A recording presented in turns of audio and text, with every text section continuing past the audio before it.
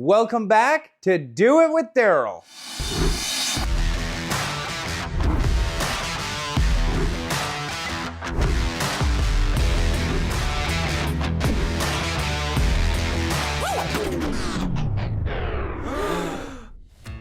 Today, we're gonna be working on the dash. Let's go see what Aiden has planned for this. How's it going? Good, how are you? I'm good. What do we got? We're gonna build a dash. I'm gonna start with it on the table, stack it all together, and then we're gonna put it up there. So you're gonna build out all the back frame. Yeah. And once it's all put together, Jevin was saying we have to scribe out the curve on the back piece. That's the other piece we have in the room. Yeah, okay. Exactly, that's the platform. Oh, this is exciting. Yeah, this is the cool part. Today we'll be assembling pieces for the console and the new roof basket. Aiden gives all the pieces a good cleaning with lacquer thinner. This helps remove any dirt and waxes that have accumulated during the cutting and handling. It also ensures a good, clean welding surface.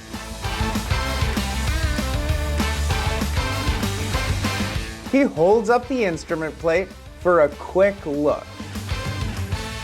The first thing that we're gonna be doing in there is welding the back of the dash to the table so that everything stays sturdy and doesn't twist when we're adding the next parts. Guys, the heat that comes out of these machines will blow your mind how much damage it can do if the piece is not secured. I've been learning a lot about that. We're just about to weld it to the table inside here. Let's go see how it's going.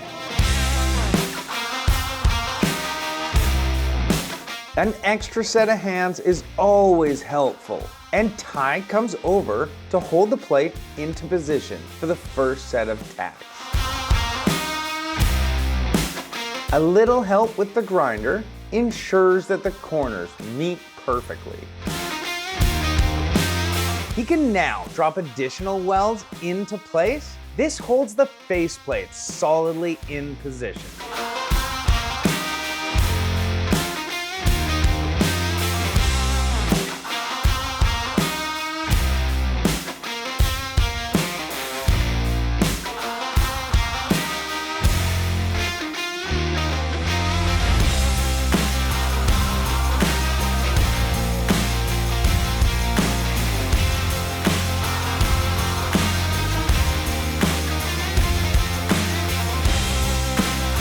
Using a length of square stock aluminum as a brace, he clamps the faceplate of the instrument panel to hold it square.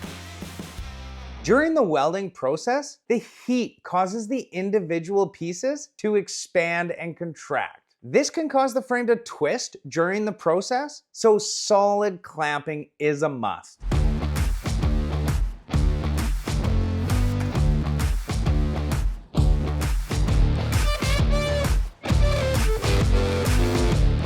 Now, after a few more welds and a back shelf are added, the console takes shape. A fillet weld, which is this, you have to fill in that piece, doesn't like to fuse together. There's not enough material there for you to actually get it to fuse together. Okay. You actually have to add rod for that one. And would it puncture a hole right through the backside? It can, yeah. Yeah. If you're too hot or you don't add enough rod, it'll put a hole right there. When Aiden asked for my help, I quickly gloved up and gave him a hand with the cup holder.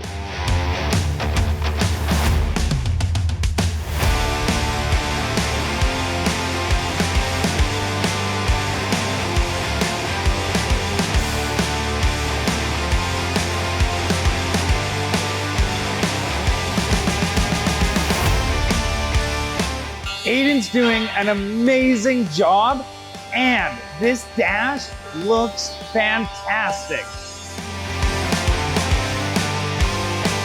With the console flipped over, the back plate can now be added. These are the joints that need to be set perfectly, so that's a real challenge to make the whole thing line up and actually fit for the type of weld.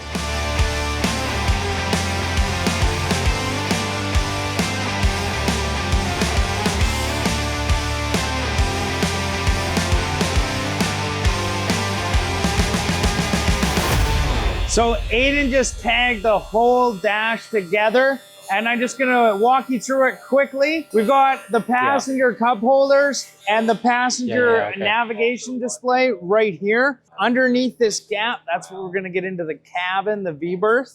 This is gonna turn into a nice storage space and charging station for all the camera gear, which is needed. And we're gonna have another piece with the binnacles here. So this is gonna be it. We're gonna have an in-dash GPS nav system as well. This is what it's gonna look like. I can't wait to get it inside the boat. We were all looking forward to seeing how good this was gonna look inside the cabin. So we decided to do a quick dry fit.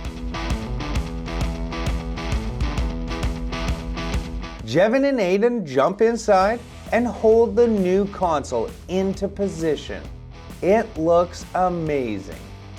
This is it. This is the dry fit right now. We want to try and gain as much height off the floor. Okay. So the access into the cuddy for you is not a headbanging situation.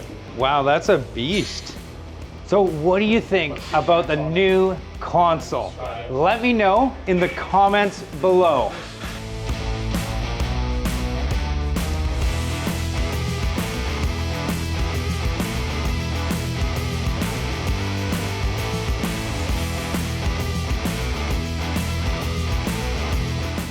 He drops a few temporary welds into place to hold it solid so he can take some fixed measurements.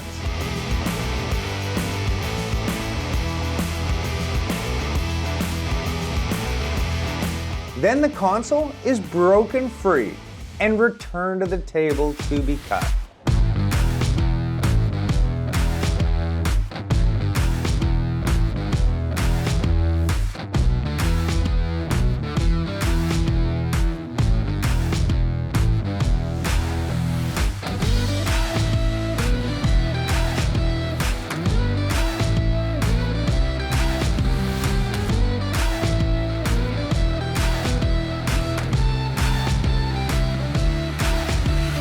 Once the new cut has been smoothed over with the grinder, the full console can be welded together.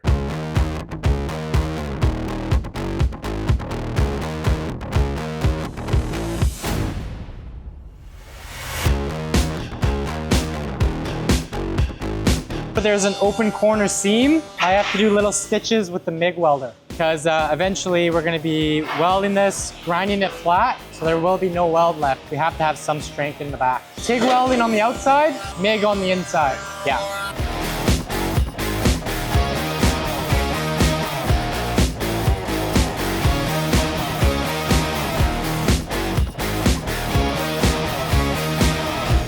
With the welding complete, it was time to install it permanently.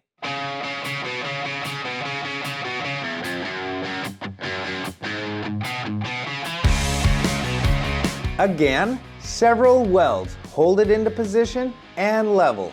Final welding will take place during the full interior weld out.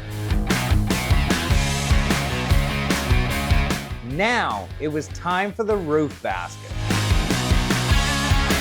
Aiden test fit the 4 pieces of the roof basket on the work table and sees that a couple of minor material adjustments are required.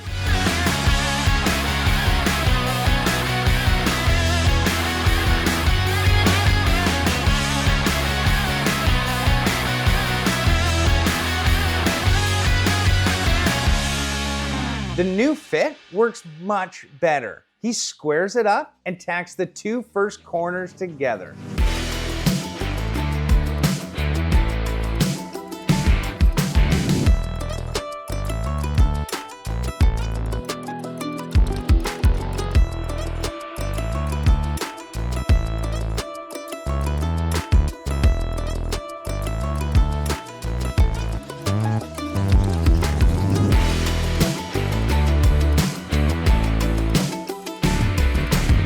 I gave him a hand rotating the frame for the next set of welds. We had to use a screw jack to support the leg that ran off the table.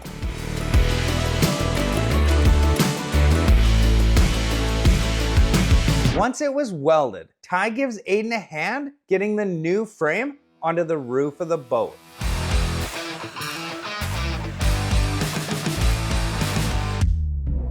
Again, because of the shape of the roof, the bottom of the roof basket will need to be scribed to conform to the same curvature.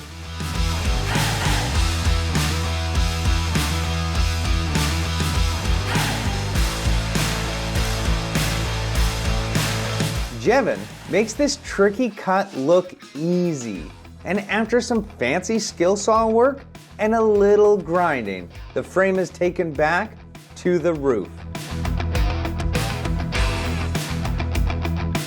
In no time, Ty and Aiden tack the frame squarely on top of the roof.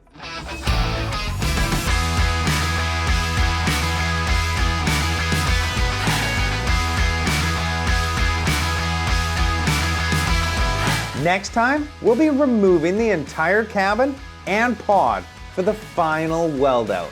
This is going to be a big episode, so you do not want to miss this. Please remember to like and subscribe. It really helps. And I'll see you next Saturday on another episode of Do It with Darryl.